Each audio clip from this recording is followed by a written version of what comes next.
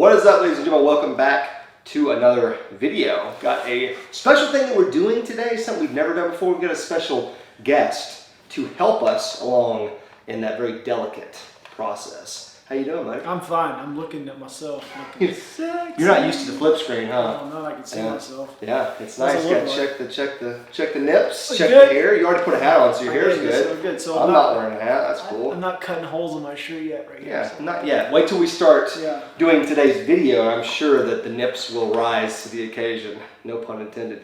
But for those of you guys who don't know this, I'm sorry, I just got no it. pun. Rise to the occasion. You know what I'm saying?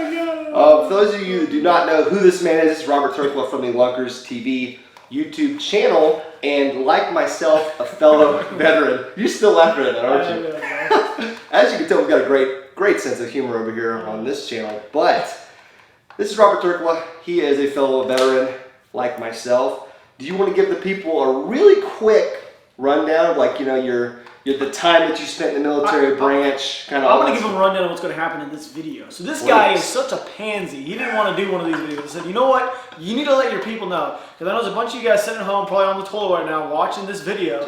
You did not know there was such a very good backstory on this gentleman. He is not a soy boy. He is not a beta. He is an... It's true. He is full blown. He's hung like a horse. He doesn't pretend like the American flag is just something to put on a t-shirt to sell. Right. He loves that son of a bitch. I love the flag. I bet you there's quite a few of you at home that never even knew that I was in the military, because I never talk about it, like he was just saying. But hey, we're going to talk about it today. We're going to dive just head first into it. I'm going to get nice and comfortable with my past. I myself was in the military for 6 years, Army, infantry, 101st Airborne, rah, rah, rah, all that cool stuff. 2 years in Afghanistan. You spent 2 years in Afghanistan, one in Iraq, correct? No, one and one. 1 and 1. Okay, so we both did 2 tours. Yeah. You were a little bit of a different, you were in some sniper stuff. Yeah, but honestly, that was fun. Stuff. It was fun. But I want to say right now, send it. This is not going to be about Afghanistan. This is entirely different. This is Vietnam. Vietnam. I don't know anything about Vietnam, other than the fact that we were smoking them MVAs in the face. We were smoking them, but we thought it would be cool. I mean, on your channel, you do kind of reactions to Afghanistan combat footage, Iraq combat footage, but what I really haven't seen a lot of is kind of new age veterans like ourselves. You know, we're from the most recent war time veterans, reacting to a little bit of an older war. And Vietnam War, I'm a big war buff. My dad was in Vietnam, so kind of a personal thing for me. So we thought it would be awesome if a couple of new age vets reacted to some Vietnam combat footage, just whatever we can find on YouTube that would be cool to react to. Yeah. So, you ready? You down with this? I'm ready. All right, let's find some shit. All right, Vietnam. Oh, geez, I lost the title. Vietnam War Combat Assault: Battle with the NVA. 100 American this should be interesting. Their officers, medics. Oh, Jesus. Are dropped into a deserted clearing in the jungles of War Zone C along the border between South Vietnam and Cambodia. Just want to throw it out there that Huey is exceptionally loud. Exceptionally loud. It's very loud. Kind of underrated aircraft, though, I think, in the history of like American militaries. It's able to lift a lot. For sure. It lifts a lot, but it's very loud on the inside. Don't find that some bitch without earplug. I've done it before. Very loud. Look at that. Is that a 60? It's a 60 hanging out the side. Air Cav. Company, like those in every other line infantry unit, see their lives in Vietnam as an unpleasant interruption of what they were doing at home. That's a great thing to call war. An unpleasant interruption. That's a very politically correct term, I feel like. Holy. A special expression for their homeland. That, they say, is back. Did he just fall out of the helicopter? Yeah, what's going on with his face? He dropped his helmet. For those who are not shot up or blown away by bullets and mortars and rockets, Vietnam is 12 months of physical torture. Oh, yeah. Yeah, I can see that. Forced marching, sweating under the tropical Asian sun. Dude, you know it gets hot. The harness of a 90-pound pack, soaking in the rains of the monsoon, fighting off insects and crawling lizards. God, that sounds terrible. We're like a minute in. This sounds horrible. This sounds terrible. And enduring the very private agony of memories of back in the world. And at home, there's a bunch of soy boys sitting there screaming at the White House, protesting the war. You saw somebody walking. Jesus, that ain't good. Imagine though being in war and then at home, like half of your country is just like that hating you because you're participating in a war that you may not even agree with yourself, but you're there. That's a whole other topic for another day, but you know. Before we go any further, there's one thing very important to mention to YouTube, who's probably watching this video wondering what the hell these two salty veterans are doing. This is not to glorify war. This video is made purely for, what do you call it, historical reasons. This is not to glorify war. Right, and this is kind of an educational exercise because him and I both have war experience. So just calm down, YouTube. No need to go crazy with the demonetization button over here, okay? A birthday passes for PFC Carlton Dudley, his 20th. Just another day in the knob. 20 years old, just turned 20 in combat. Really? No, this looks terrible. Bugs. I can't stand bugs. Yeah, same. Bugs in your face. And, like, look at their sleeves are all cut off. And, yeah. They just don't give a f. One of the most respected soldiers in Charlie Company is Sergeant Lyman Dunnock. He is also known as Killer. Yes. He is 26 years old now. This guy was drafted. He probably didn't want to be there. Commissioned officer. Well, you have to take it serious when you... Dude, they're for sure whispering. They're whispering because there's probably enemies within earshot. If you're gonna have to, you just don't care. You might not go back. Which is insane. I'll make sure I'll get back. Get myself back. Be satisfied. Love how he found time to shave. Yeah, I know, right? Well, because he was going to do this interview, they probably made him. Killed a couple of goose and bomb cracker one time. Okay. Claymores. A little couple of claymores open. Put a few 60 rounds into it. Did he say threw a couple claymores at him? He was taking a bath. Oh my God. Just cruised up, took a bath, went to the field. Oh, God. I guess hard as yeah, they were out there taking a bath. I threw some claymores at him. Threw Claymores at him. Guys, a claymore is a mine, It's right? attached to a... Yeah, you're meant to like stick it in the ground or tie it to a tree. I think he just said threw them. He said I threw some claymores at him, and then he goes, and then I hit him with some 60. Oh my God! Which is a machine gun that fires a rather large bullet. You don't want to be on the receiving end of that. That proves why you don't take baths in the field. The guy was like, "How did you get the nickname Killer?" And then he's like, "Well, you know, I threw a couple claymores at a guy that was taking a bath." They were all drafted. That's the part that gets lost in the Vietnam War. Is so many of these guys, like that guy, were drafted, meaning they didn't want to be there. They were forced, you know. Well, they were called. Yeah. They were called to duty, which is what, you know, as an American, when you're 18 years old and you're a guy, you sign up for selective service, meaning if your country's at war, you have to, if they need you, you have to go do your part. So, but guys that got drafted and were still such badasses like that. Badasses. When they could have been just complete shits. You know what I mean? They could have just been terrible soldiers, but they chose to, you know what, let's just be badass. So this is Vietnam War combat footage, actual combat footage from Cambodia in 1970. So Vietnam bordered Cambodia, which was another country that was right there. Constant conflict, kind of similar to Afghanistan and Pakistan. Border, a lot of bad soldiers coming from that side. Cameraman Norman Lloyd, on assignment for CBS News, filmed and recorded these scenes when Bravo Company moved into a large communist bunker complex 6 miles north of 60. the border. There's a 60. The main enemy force had apparently pulled out, but a rear guard element was left behind to slow down the American advance. Look at that gun team. Little gunner and an AG. Move up, move up. The North Vietnamese were well dug in heavily fortified bunkers like this one. Just a few inches of it visible above the ground. Dude, these guys were in tunnels, bro. Tunnels under the ground, running around. Into the camp. The main buildings burned to the ground and runs into an enemy ambush. Oh, jeez. God, look how dense that is. I know. Look at that. You can't see anything. Dense that is.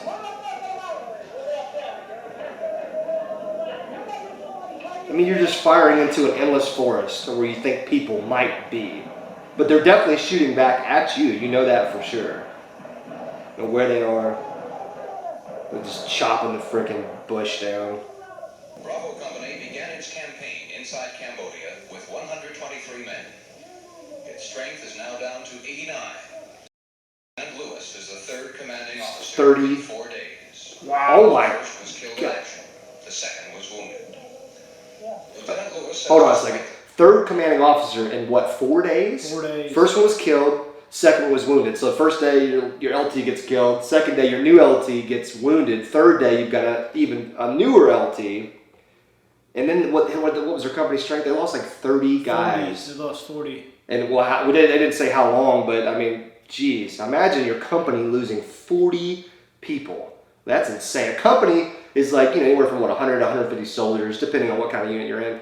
So it's like losing 25-30% of your company, and I'm assuming like a month or however long this little siege was. Man, that is just insane. Down to 2 officers, himself and 1 other lieutenant.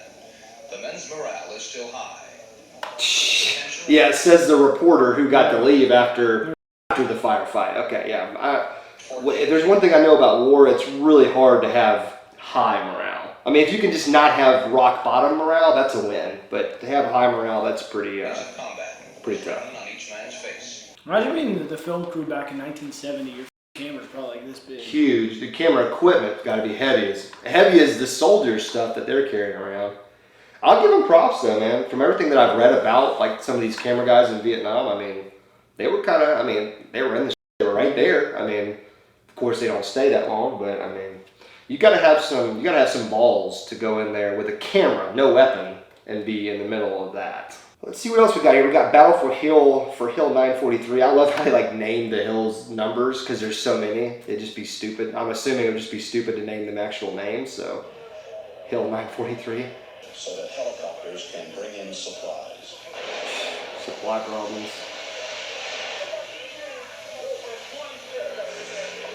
Uh-oh. My guy here is hurt. 1 soldier has been hit by a falling tree. Oh my God.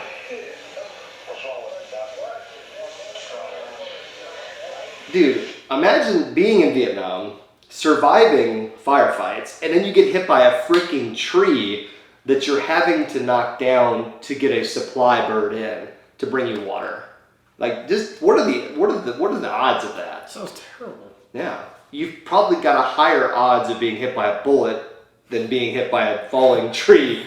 And this guy got hit by a freaking tree. Golly, dude, my heart goes out to you, man. That's in Iraq, Afghanistan. We had problems with resupply, just like any combat does. But the forest, like you said, the forest is so dense.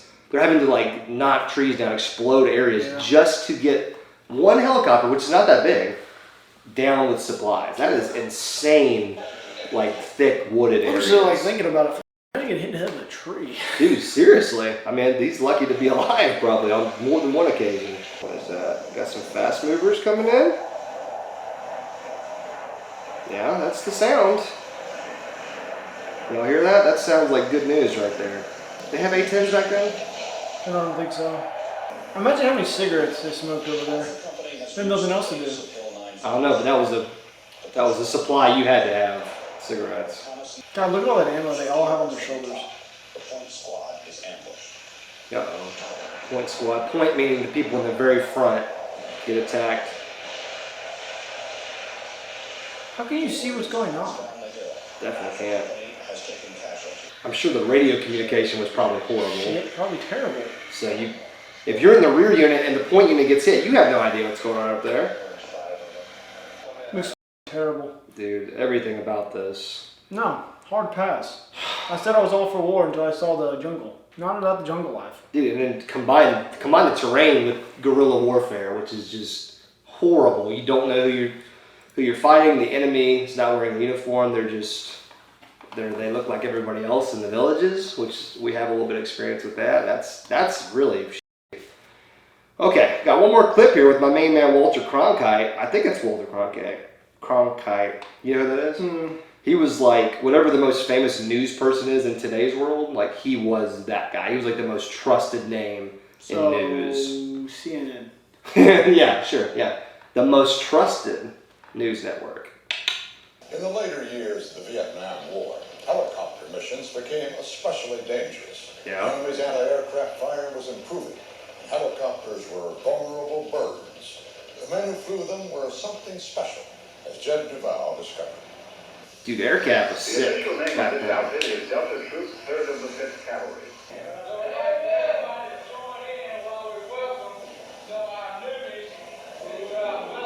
At least they did get to drink a little bit between getting up.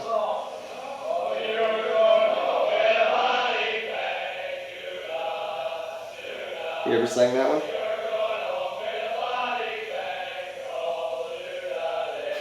What the?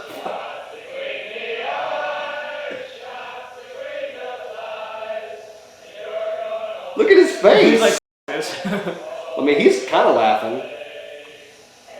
These are new guys. These are guys that just got to the war, and your senior commander is leading a chorus of "You're going home in a body bag, dude." Dude. I think it's funny. Well, I think it's funny. Once you've been through combat, you kind of understand that you have to embrace the idea of death just to survive, or that helps with you to survive. So, people that have been there, you probably get it. The rest of you think we're insane, which we might be. And now they're getting doused with this nice, clean Budweiser beer. Dousing the new men with beer. There you go. The day after the singing and beer tossing, Charlie Horse lost 5 killed when 3 of his choppers were shot down. That day, too, Charlie Horse was rescuing others who were shot down but lived through it. Dude, the next day they had, 4 or 5 helicopters shot down? The next day. And you don't survive that. Scouting is. But they happened on this one, a machine that had gone down and was burning. Oh, Who ride with Charlie Horse guarded the downed bird. Wonders if love for a buddy has become a luxury. Yeah, radio pack. Old You school. know, it happens and you see your buddies getting killed. But you just try not to think about it. And when it happens, it happens. At least one enemy soldier is seen by the scouts. Uh-oh. They got somebody.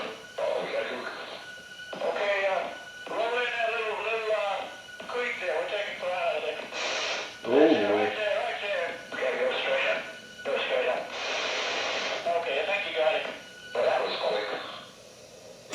What happened? I don't even know what happened. Oh, well, he's no longer with us. Oh, there we go. Yeah, that guy's done. That's a 50 cal right there. That'll do it. Good God, for one guy, look what they did to that area. Home, run free, but they do not get away from the war.